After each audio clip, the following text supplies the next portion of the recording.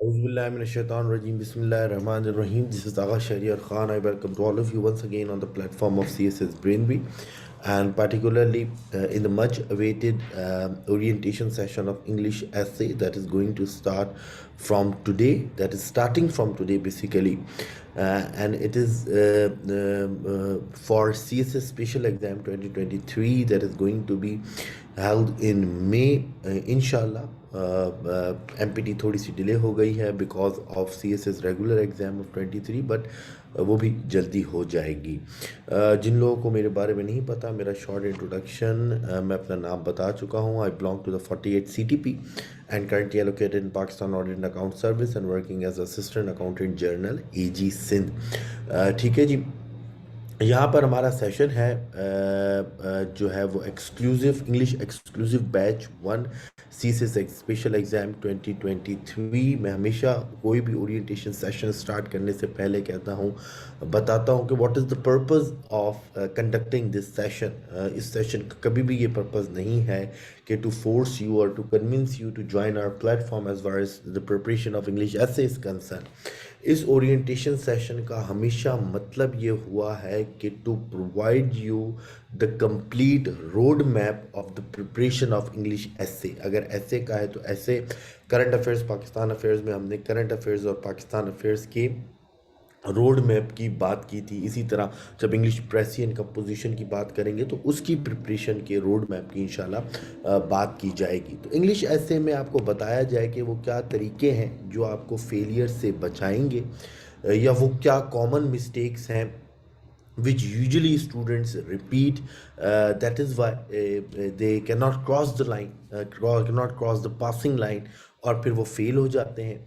और फिर वो क्या चार बेसिक जो क्वेश्चन है हमारे इंग्लिश ऐसे के अंदर, what to prepare, how to prepare, where to prepare and how to improve. Sir क्या प्रिपेयर करें, कैसे प्रिपेयर करें, कहाँ से प्रिपेयर करें, और फिर अपने अंदर इम्प्रूवमेंट कैसे लेकर आएँ। ये चार हमेशा मैं बेसिक कैसे क्वेश्चन कहता हूँ इंग्लिश ऐसे के। If you know the answer of these 4 questions and you follow the guideline कि भाई क्या प्रिपेयर करना है वो आपके पास एक जगह लिखा हुआ हो, कैसे प्रिपेयर करना है आपको वो चीज़ पता हो, कहाँ से प्रिपेयर करना है वो सोर्सेज आपको पता हो, और अपने आप में इम्प्रूवमेंट कैसे लेकर आनी है वो चीज़ आपको पता हो, तो आपकी एक बहुत अच्छी ऐसे की प्रिपरेशन हो जाएगी। याद रखिएगा, मैं कल भी अपने करंट अफेयर्स पाकिस्तान अफेयर्स के सेशन में ये बात कह रहा था कि 12-10 सब्जेक्ट की तैयारी एक तरफ, 2 अंग्रेज़ी के पेपर्स की तैयारी एक तरफ। मैं हमेशा ये भी कहता हूँ कि 2 अंग्रेज़ी के पेपर आपको, English essay and English composition, can get you to cross the line, cross the passing line. ये 2 सब्जेक्ट आपको पास करवाएंगे, बाकी के 10 सब्जेक्ट आपका स्कोर डिफाइन करेंगे, आपकी एलोकेशन डिफाइन करेंगे, आपका ग्रुप डिफाइन करेंगे, आपकी पोजीशन डिफाइन करेंगे। बट अगर आपने 2 अंग्रेज़ी के पेपरों की अच्छी तैयारी नहीं की, no matter how good you are prepare in the rest of the 10 subject, आप वो पासिंग लाइन क्रॉस नहीं कर पाएंगे। दैट इज़ वाई जो हमने कंप्लीट जो स्ट्रेटजी को डिस्कस किया था अपने ग्रैंड ओपनिंग सेशन में कि लॉन्ग टर्म स्ट्रेटजी क्या होगी, शॉर्ट टर्म स्ट्रेटजी क्या होगी, मीडियम टर्म स्ट्रेटजी क्या होगी, उसमें हमने यही कहा था कि right from the start, from Jan we have to start the preparation of English essay. और इंग्लिश ऐसे की प्रिपरेशन कभी भी ख़त्म नहीं होती, ये डे 1 से स्टार्ट होती है और एग्ज़ाम के एक दिन पहले तक चलती रहती है, because it demands the constant and never ending improvement. जितने ज़्यादा टॉपिक्स आप कवर करेंगे, जितने ज़्यादा थीम्स करेंगे, जितना ज़्यादा लिखेंगे, जितना ज़्यादा चेक कराएंगे, उतना आपको जो है वो फ़ायदा मिलेगा। तो आज की अगर मैं बात करूं आज की प्रेजेंटेशन में, तो सबसे पहले हम देखेंगे salient features of our batch. हमारे बैच जो हम स्टार्ट करने जा रहे हैं उसके क्या सैलिएंट फीचर्स हैं उसको हम डिस्कस करेंगे। देन इन 4 बेसिक क्वेश्चंस का आंसर तलाश करने की कोशिश करेंगे कि what to prepare, how to prepare, from where to prepare and how to. तो हमारा जो सैलिएंट फीचर है वो आज से स्टार्ट है बैच। 25 वीक्स लॉन्ग कोर्स है, तकरीबन महीना और 1 वीक, 5 वीक्स लॉन्ग कोर्स है, जिसमें 20 से 25 लेक्चर्स होंगे, 15 essay topics को that are from various socio political and economic domains will be covered. At the end one complete mock exam होगा जिसकी असेसमेंट और एवेल्यूशन होगी, और आज से स्टार्ट है। रेगुलर क्लासेस इंशाल्लाह जो है वो मंडे से स्टार्ट होंगी। ठीक है, रेगुलर क्लासेस इंशाल्लाह मंडे से स्टार्ट होंगी। कौन कौन से थीम हम कवर करेंगे, कौन कौन से ऐसे टॉपिक्स या कौन कौन सी क्लासेस का डिटेल, वो आपके सामने ये कंप्लीट रोड मैप है। इंशाल्लाह मंडे से जो है वो कॉम्प्रीहेंशन ऑफ टाइटल से स्टार्ट करेंगे, then outline formation, body paragraph, introduction and conclusion, and फिर फ्राइडे वाले how to start an essay in an exam. फिर वीक 2 में इंशाल्लाह हम अपने टॉपिक्स को कवर करते हुए शुरू करेंगे। पहले हम स्टार्ट करेंगे does foreign aid help to achieve economic stability, फिर is biased media threat to democracy, then cyber warfare, then water war, then natural disaster and government preparedness. फिर वीक 3 में इसी तरह 5 टॉपिक्स होंगे जिसमें ग्लोबल फूड क्राइसिस है, Russia Ukraine war and global impact है, 18th amendment है, accountability strengthens democracy है, हाइब्रिड वॉरफेयर है। फिर वीक 4 में अगेन 5 टॉपिक जिसमें पाकिस्तान का पैराडाइम शिफ्ट है from geo politics to geo economics, energy crisis है, इलेक्टोरल रिफॉर्म्स हैं, macro economic crisis of Pakistan है, and human development and economic sustainability है। फिर आपको जो है एक वीक का गैप देकर आपसे एक कंप्लीट मॉक लिया जाएगा जिसमें आपकी असेसमेंट और एवेल्युएशन की जाएगी। So this is basically a 5 week long course, a very important course. ना सिर्फ आपको टेक्निकल पार्ट्स तो पढ़ाया जाएगा बड़ी डिटेल में, बल्कि उसकी इम्प्लीमेंटेशन भी दिखाई जाएगी through the discussion of these 15 topics जो मैंने आपको बताए।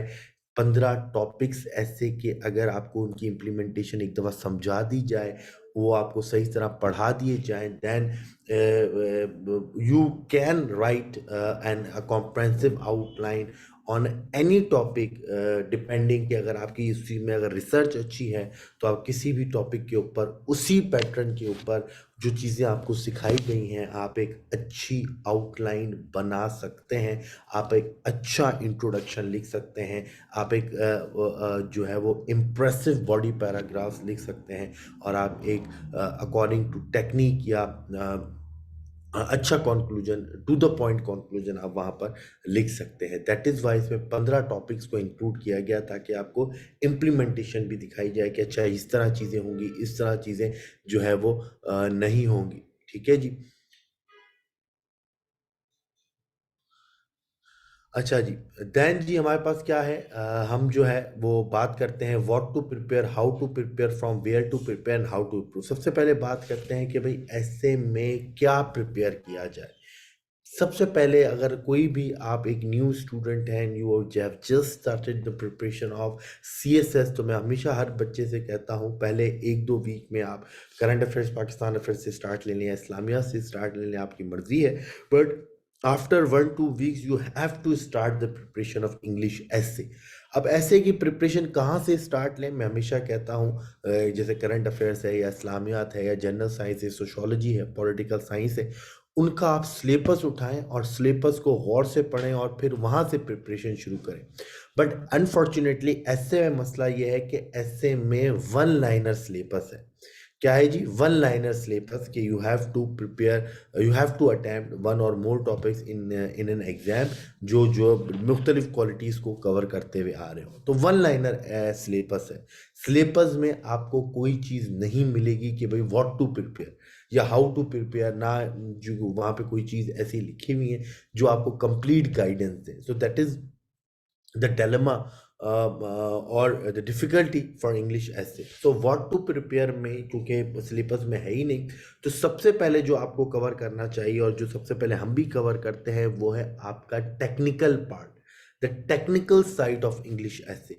अब इंग्लिश ऐसे की टेक्निकल साइड में क्या क्या चीज़ आ जाती हैं, 4 से 5 चीज़ें आ जाती हैं। सबसे पहले आ जाता है comprehension of the title of an essay, फिर make a comprehensive structured rational 3-layered structure outline, then body paragraphing or transition paragraphing, और फिर इंट्रोडक्शन एंड कंक्लूजन। तो ये 4 से 5 चीज़ें आ जाती हैं।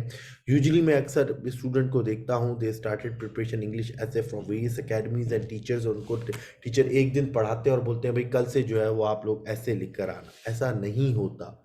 सबसे पहले स्टूडेंट को जो आपने चीज़ पढ़ानी है वो ये पढ़ानी है कि एग्जाम में जो टाइटल आ रहा है उस टाइटल को आपने किस तरह समझना है। देखिए एग्जाम में टाइटल वेरियस फॉर्म्स में आता है, कभी कभार टाइटल क्वेश्चन की फॉर्म में आ जाता है कि is Pakistan ready for digital revolution, does foreign aid help to achieve economic stability, ठीक है, are present wars not holy wars question mark. तो जब क्वेश्चन बेस्ड टाइटल आ जाए तो उसमें क्या करना है, उसमें फॉर में जाना है या अगेंस्ट में जाना है, और अगर फॉर में जा रहे हैं तो क्या अगेंस्ट में लिखेंगे नहीं लिखेंगे, और अगर अगेंस्ट में जा रहे हैं तो फॉर में लिखेंगे नहीं लिखेंगे, यानी उस क्वेश्चन बेस्ड टाइटल को हमने किस तरह हैंडल करना है। कभी कभी टाइटल में वर्ड और आ जाता है, फॉर एग्जाम्पल इंफॉर्मेशन टेक्नोलॉजी कर्स और ब्लेसिंग, ग्लोबल वार्मिंग फैक्ट और फिक्शन, ठीक है, फेमिनिज्म मिथ और रियलिटी। अब जब वर्ड और आ गया तो क्या हमें दोनों साइड के ऊपर लिखना है, या जो हमारी मर्जी है कि इंफॉर्मेशन टेक्नोलॉजी कर्स और ब्लेसिंग, तो वो क्या एग्जामिनर हमसे पूछ रहा है कि ये कर्स है या ब्लेसिंग है, तो हम सिर्फ एक ही के ऊपर लिख लें या हमें दोनों के ऊपर लिखना है, क्योंकि it is a title, it is a statement and your essay must be the reflection of that statement। तो क्या हमें दोनों के ऊपर लिखना है, अगर दोनों के ऊपर लिखना है तो क्या प्रोपोर्शन होगा, 70% हम अपने स्टांस पे लिखेंगे और 30% दूसरे के स्टांस पे लिखेंगे, या इन प्रोपोर्शनेट होगा 50-50% लिखेंगे। इसी तरह कभी कभी टाइटल में वर्ड एंड आ जाता है, for example prospects of emerging power of social media, prospects and challenges, higher educational problems, higher education of Pakistan, ills and remedies. तो जब एंड आ जाएगा तो फिर हमें किस तरह उन चीज़ों को डील करना है, इन प्रोपोर्शनेट लिखना है, 50-50% लिखना है या फिर नहीं लिखना। इसी तरह कभी कभी टाइटल में 3 से 4 चीज़ें वो मिला के दे देता है, for example crisis of good governance in Pakistan colon need for reforms and institutional building। बच्चे क्या करते हैं, क्राइसिस ऑफ गुड गवर्नेंस देखा और पूरा ऐसे क्राइसिस ऑफ गुड गवर्नेंस पे लिख कर आ गए, crisis of good governance, causes of the crisis of good governance in Pakistan, उसका इम्पैक्ट, फिर उसके सॉल्यूशंस, और आगे जो उसने 2 इंपॉर्टेंट पार्ट्स दिए हुए हैं रिफॉर्म्स एंड इंस्टीट्यूशनल बिल्डिंग, वो पूरे ऐसे में या तो मिसिंग है, और अगर है भी तो उसके ऊपर 1-2 पैराग्राफ लिखे हुए हैं। ये हो जाता है हमारे लिए डिजास्टर, ठीक है। ये हमारे लिए क्या हो जाता है डिजास्टर, के भाई student rote irrelevant things, student write irrelevant things instead of what is asked in the topic, what is asked by the examiner through the title. तो फिर आपको टाइटल समझना बहुत ज़रूरी है। दैट इज़ वाई मेरा इंग्लिश का जो भी पहला लेक्चर होता है, चाहे वो कोई भी बैच हो, कॉम्प्रहेंसिव बैच हो, इस तरह के बैचेस हों, ये भी कॉम्प्रहेंसिव बैच है, इसी इनफैक्ट सुपर क्लास हो, तो मेरा हमेशा जो पहला लेक्चर होता है वो कॉम्प्रीहेंशन ऑफ द टाइटल होता है कि भाई टाइटल को किस तरह समझना है। जब तक हम टाइटल को नहीं समझ पाएंगे हम ना ऐसे लिख ही नहीं सकते, ठीक है। कभी कभी 2 टॉपिक्स जो है वो मिलकर आ जाते हैं, for example global foreign dynamics and Pakistan foreign policy, changing foreign dynamics and Pakistan foreign policy. अब चेंजिंग फॉरेन डायनेमिक्स बिल्कुल अलग टॉपिक है, पाकिस्तान फॉरेन पॉलिसी बिल्कुल अलग टॉपिक है, उन्होंने ये टॉपिक मिला कर दे दिया है। फिर काफ़ी दफ़ा टॉपिक आता है ओपन एंडेड टॉपिक होते हैं। क्लोज एंडेड टॉपिक का क्या मतलब कि उसने आपको बता दिया higher education in Pakistan ills and remedies, के हायर एजुकेशन पाकिस्तान की इल्स लिखो और रेमेडीज लिखो, ठीक है जी। एल्स लिखो, और जब तक आप लोगों को कोई क्वेश्चन ना हो काइंडली चैट के ऊपर ना लिखें, उसमें डिस्टरबेंस होती है। जब कोई प्रॉपर क्वेश्चन हो तब क्वेश्चन पूछें। Higher education problems in Pakistan ills and remedies. अब ये क्लोज एंडेड टॉपिक्स है, वो आपसे बोल रहा है कि भाई हायर एजुकेशन के ऊपर इल्स लिख दो और इसकी रेमिडीज लिख लो। That is the close ended topic. काफ़ी दफ़ा ओपन एंडेड टॉपिक आ जाता है, for example water crisis and national unity. अब water crisis and national unity पे क्या करें, इसका लिंक क्या है, ठीक है। तो वो आपको खुद से बनाना पड़ता है, ठीक है, वो आपको खुद से बनाना पड़ेगा कि whether water crisis it adversely impacting the national unity of a country, then it is a open ended topic, ठीक है। ग्लोबल इसी तरह आया था gender equality is a popular slogan. अब जेंडर इक्वलिटी एक पॉपुलर स्लोगन है, इसके में क्या क्या चीज़ें लिखनी है, again it is an open ended topic. You have to decide your thesis by yourself and you have to decide your scope and preview by your self कि मुझे इसको किस तरह जो है वो ग्रिप करना है, किस तरह जो है मुझे इस चीज़ को समझना है और इसको लिखना है। तो सबसे पहले आपने जो करना है या समझना है, या कहीं से भी पढ़ रहे हैं, किसी भी टीचर से पढ़ रहे हैं, किसी भी एकेडमी से पढ़ रहे हैं, तो सबसे पहली चीज़ आपको टाइटल समझनी है और टाइटल के वेरियस फॉर्म्स जो हर साल एसए के टॉपिक्स में आ रही हैं, एसए के एग्जाम में आ रही हैं, उन तमाम फॉर्म्स को समझना है और उसको ये देखना है कि अगर ये फॉर्म आ गई तो मैं उसको इस तरह एड्रेस करूंगा, ये फॉर्म आई तो इस तरह एड्रेस करूंगा, ये फॉर्म आई तो इस तरह एड्रेस करूंगा, ताकि आप इररेलीवेंट ना लिख कर। हमारे बच्चों का मसला यही होता है, एसए का पेपर होता है, पूरा एसए का पेपर लिख कर आ जाते हैं, 15 पेज 16 पेज, 25 25 पैराग्राफ्स, 30 30 पैराग्राफ्स, और जब नंबर्स आते हैं 7 नंबर 8 नंबर 9 नंबर। उसकी वजह, बेसिक वजह यह है कि they fail to comprehend the title of an essay. They know how to write introduction, they know how to write outline, they know the body art of body paragraphing as well as introduction and conclusion, but they fail to comprehend the title. जब आप title ही समझ नहीं पाए तो जाहिर बात है उसके बाद से आप जो भी चीज़ें करेंगे वो इररेलीवेंट हो जाएंगी, वो आपको इररेलीवेंसी की तरफ जो है वो ले जाएंगी। फिर कॉम्प्रिहेंशन ऑफ टाइटल के बाद आपने जो सबसे इंपॉर्टेंट चीज़ पढ़नी है या हम जो पढ़ाएंगे आपको, वो है outline formation. Outline is the key. देखें एग्जाम में जब आप सीएसएस इंग्लिश एसए का सिलेबस देखेंगे तो उसमें लिखा होता है कि स्टूडेंट आउटलाइन बनाएगा फिर एसए लिखेगा।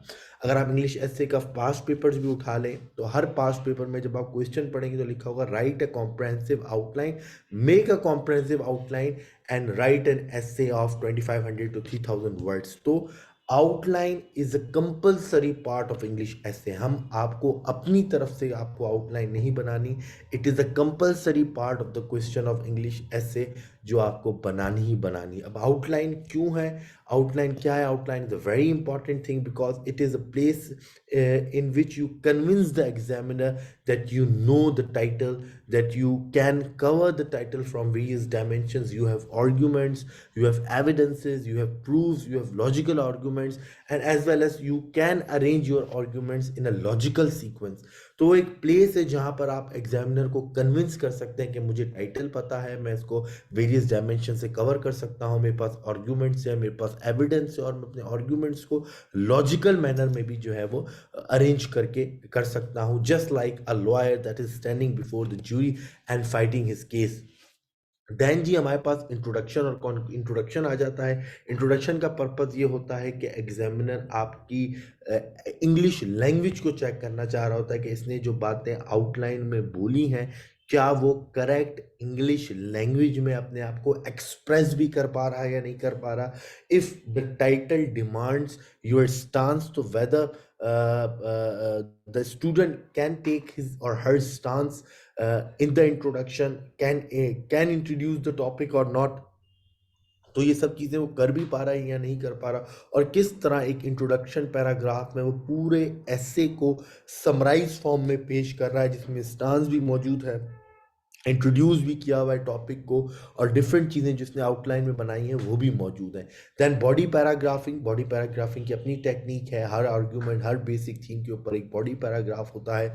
ट्रांजिशन पैराग्राफ बहुत इंपॉर्टेंट है। आप जब मेजर शिफ्ट ले रहे होते हैं इंग्लिश एसे में, मेजर एक मेजर टॉपिक से एक मेजर थीम से दूसरे थीम के ऊपर जंप कर रहे होते हैं। For example if you have discuss the challenges part, अब आप सॉल्यूशन वाले पार्ट पर आ रहे हैं, आपने चैलेंजेस सारे डिस्कस कर लिए हैं, अब आपने सॉल्यूशन डिस्कस कर रहे हैं, तो आप रैपिडली शिफ्ट नहीं करते, you have to write transition paragraph. Then transition paragraph कर कर आप जो है वो वहाँ पर जो है अपना जो है वो फ्लो मेंटेन रखते हैं। उसकी वजह क्या है ट्रांजिशन पैराग्राफ की, कि you have to maintain the natural flow of language.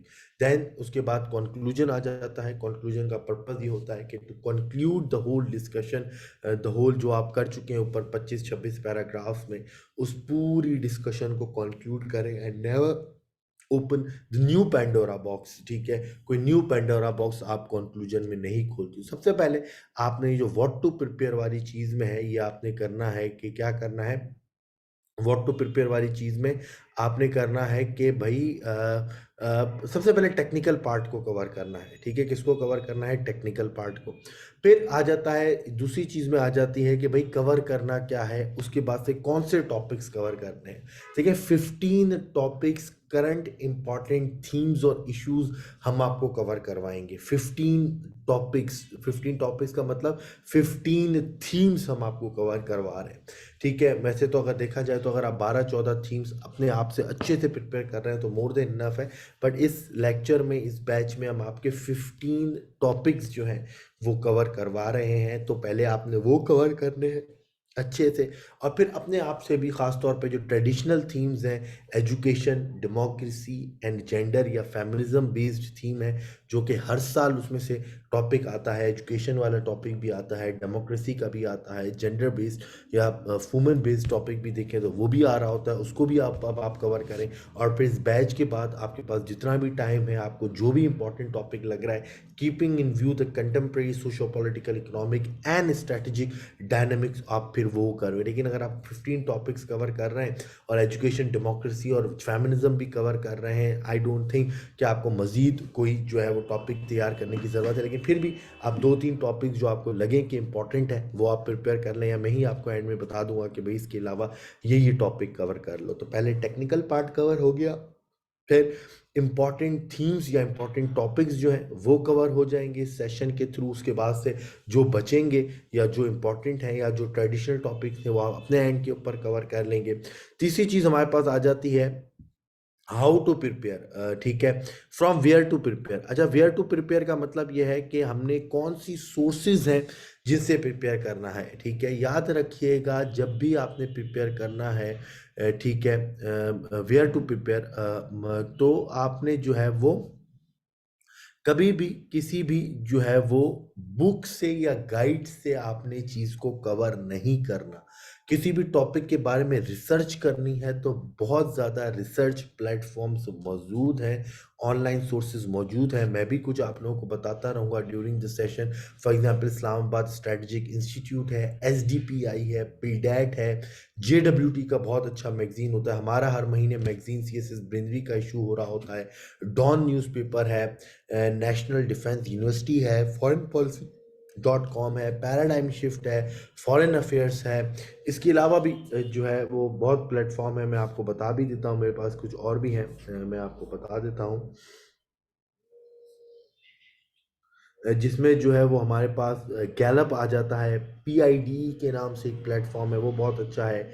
आईपीआरआई Pakistan, आईपीआरआई Pakistan जो है वो बहुत अच्छा प्लेटफॉर्म है। दैन जी PRDP.PK, वो बहुत अच्छा प्लेटफॉर्म है।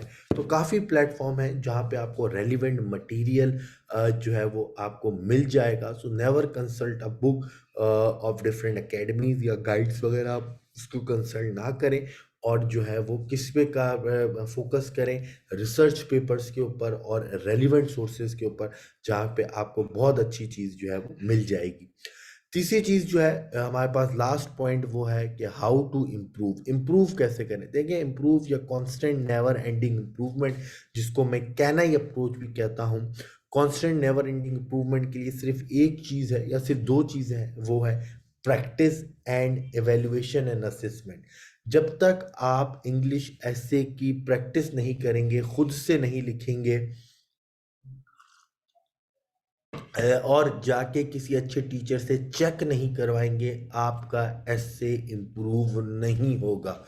ये मैं आपको बता दूं। Yes, you can, you have the knowledge, you have the arguments, you can, and you will know how to structure your outline, how to write the introduction, how to write body paragraphing, how to write transition paragraphing, but जब तक आप उसको खुद से अपने pages के ऊपर, अपनी कॉपी के ऊपर, या जिसके ऊपर भी आप प्रैक्टिस करते हैं, वो उसके ऊपर नहीं इम्प्लीमेंट करेंगे, you will you not know the art, आपको तब तक उस आर्ट का पता नहीं चलेगा। स्विमिंग में आपको जितना भी सिखा दूं ऑनलाइन और आपको बता दूं चार्ट्स के ऊपर, बोर्ड्स के ऊपर, बट जब तक आप खुद से पानी में नहीं उतरेंगे, आपको स्विमिंग नहीं आएगी। ठीक है।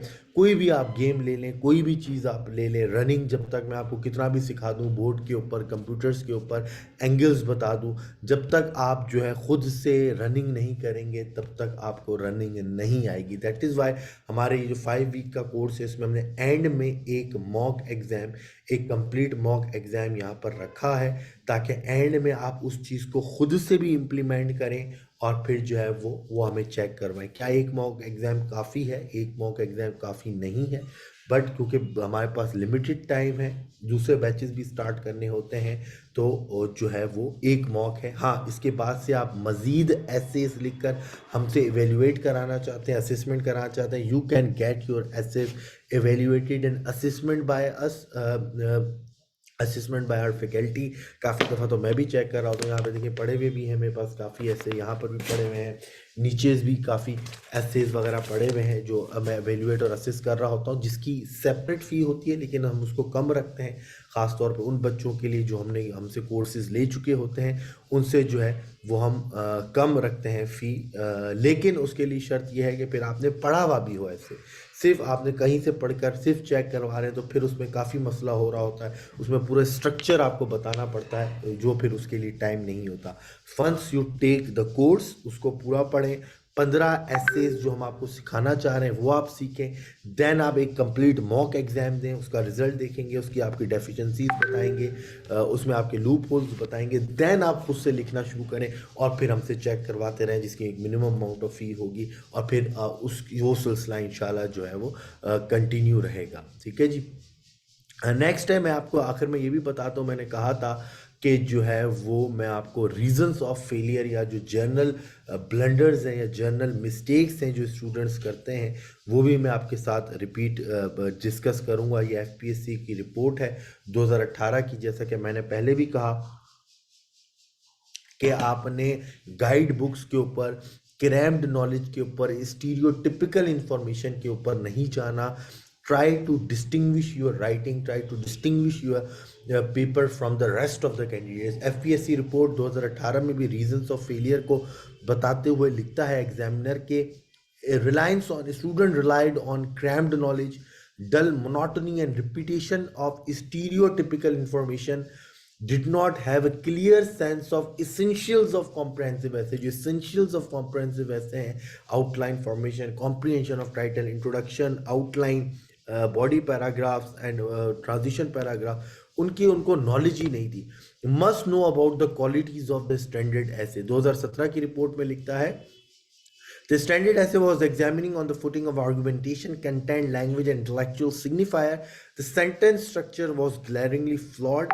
The students were unable to grasp the topic of the essay। जैसा कि मैंने आपने स्टार्ट में ही बोला कि जो बहुत अच्छे स्टूडेंट होते हैं, जिनको आउटलाइन आती है, इंट्रोडक्शन, बॉडी पैराग्राफिंग, सब चीज़ें उनको पता है, but they fail to comprehend the title of an essay, जिसकी वजह से वो इररेलेवेंट चीज़ें लिखते हैं। एफपीएससी की रिपोर्ट एग्जामिनर भी आपके सामने कह रहा है। 2016 में क्या कह रहा है जी? Ideas presented were random. The argument was without any logical reasoning or research-based facts. Arguments presented were random. Challenges आप कुछ और बता रहे हैं, solution किसी और चीज़ के दे रहे हैं, तो ये illogical जो है वो आपने सीक्वेंस दी हुई है, जस्ट रैंडम सीक्वेंस दी हुई है, आपको लॉजिकल सीक्वेंस करनी होती है। फिर arguments was without any logical reasoning. मैं हमेशा कहता हूँ कोई भी आप आर्ग्यूमेंट पेश करें, आर्ग्यूमेंट का मतलब ये होता है कि argument must be supported by any evidence, और you have to substantiate your argument with evidence. Without evidence आपका आर्ग्यूमेंट आर्ग्यूमेंट नहीं है, वो सिर्फ आपने गपशप की हुई है। आपको एविडेंस देना ज़रूरी है, आप चाहे वो एविडेंस एग्जाम्पल की सूरत में हो, स्टैटिस्टिक्स की सूरत में हो, रेफरेंस की सूरत में हो, कोटेशन की सूरत में हो, ये आपके ऊपर है, बट एविडेंस होना मस्ट है। द आउटलाइन ऑफ ऐसे was not properly structured in many answer script aspects mention the outline not discuss. जाहिर बात है, आउटलाइन जब आप अच्छे से सीखेंगे ही नहीं और आपके दिमाग में कि बस मैं सिर्फ ऐसे लिखना शुरू कर दूं, बस मैं किसी तरह ऐसे लिखना शुरू कर दूं, आउटलाइन का नहीं पता, इंट्रोडक्शन का नहीं पता, बाकी चीज़ों का नहीं पता, तो आपकी आउटलाइन प्रॉपरली स्ट्रक्चर्ड कभी होगी ही नहीं। फिर एग्जामिनर आपको 2016 की तरह या आगे एग्जामिनर रिपोर्ट में जब रीजंस ऑफ फेलियर लिखेगा तो उसमें बताएगा कि भाई ये चीज़ें आप लोगों की मिसिंग थी। These are the general mistakes और general blunders committed by the students in an exam, ये मैं नहीं बोल रहा, ये एफपीएससी का एग्जामिनर कह रहा है। That is why the course we have designed for you will start from Monday इंशाल्लाह। रेगुलर क्लासेस वो हम स्टार्ट ही किससे करेंगे, हम स्टार्ट ही करेंगे टेक्निकल पोर्शन से। Then we will move to the part of what to prepare, जिसमें हम 15 ऐसे टॉपिक्स को कवर करेंगे। देन जो है वो इंशाल्लाह एक कंप्लीट मॉक, और उसके बाद से अगर आपको असेसमेंट करानी हो तो इंशाल्लाह करा सकते हैं। यहाँ तक किसी को कोई क्वेश्चन है तो पूछे, अगर कोई क्वेश्चन नहीं है तो फिर हम इस चीज़ को एंड करते हैं। ठीक है जी, किसी को कोई क्वेश्चन है?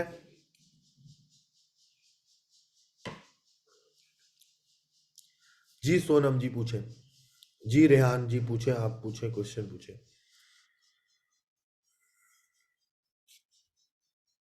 रेहान आप पूछ लें, चैट पर ही लिख के पूछ लें क्वेश्चन तो बेहतर होगा।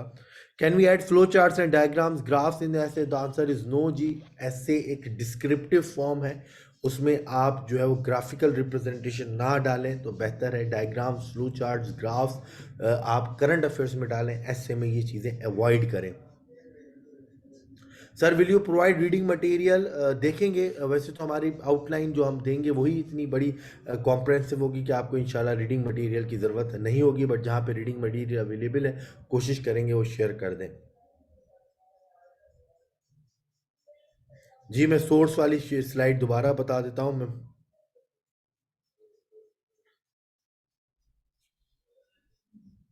सईफा कह रही है sir I submitted fee for C S S English as नो बॉडी, आपको रिस्पॉन्ड कर दिया जाएगा जी, आप परेशान ना हो। सर जिनका जनवरी 1 को पेपर है वो ये ले लें सेशन, नहीं वो ना लें ये सेशन, वो सिर्फ अपनी चीज़ों को रिवाइज करें और जो है जो उन्होंने पढ़ चुके हैं उसके ऊपर बिलीव रखें और अपना पेपर जाके दें। ठीक है, आपको जो इतने दिन से जो है वो 15 टॉपिक्स पढ़ाए जाएंगे, आपको इंट्रोडक्शन दिखाया जाएगा, तो आपने राइटिंग प्रैक्टिस रखें और एंड में जो है वो आप मॉक दें और मॉक में आपको अपनी गलतियों का पता चल जाएगा। और फिर मॉक के बाद से हर हफ्ते, हर 10 डेज में एक ऐसे अटैम्प्ट करती रहें और हमसे चेक करवाती रहें। अलीना आप चलें जी, थैंक यू सो मच जी। इंशाल्लाह will meet in regular classes on Monday, till then अल्लाह हाफिज़ एंड टेक केयर जी। अच्छा मैं यहाँ पे ये भी बता दूं कि जो बच्चे जो है वो जॉब वगैरह करते हैं तो उनके लिए लाइव क्लास की इनको साथ रिकॉर्डिंग शेयर की जाएगी, उनके साथ रिकॉर्डिंग शेयर की जाएगी। तो ऐसी बात नहीं है कि अगर उनसे क्लास मिस हो गई तो वो नहीं ले पाएंगे, जो है वो जो है वो उनके साथ की जाएगी। किश्वर कह रही है सर एवेल्यूएशन, एवेल्यूएशन में आपको बता चुका हूँ कि जब कोर्स ख़त्म होने के बाद से अगर आप एवेल्यूएशन कराना चाहें तो उसके अलग से फ़ीस होगी जो कि मिनिमम होगी, बट वो इस कोर्स में apart from one complete mock exam और एवेल्यूएशन इंक्लूड नहीं है। ठीक है जी, ठीक है। जो भी बच्चों से कोई लाइव क्लास मिस हो जाएगी तो हर रिकॉर्डिंग, जो भी लाइव क्लास की रिकॉर्डिंग है उनके साथ शेयर की जाएगी। ठीक है जी, थैंक यू सो मच।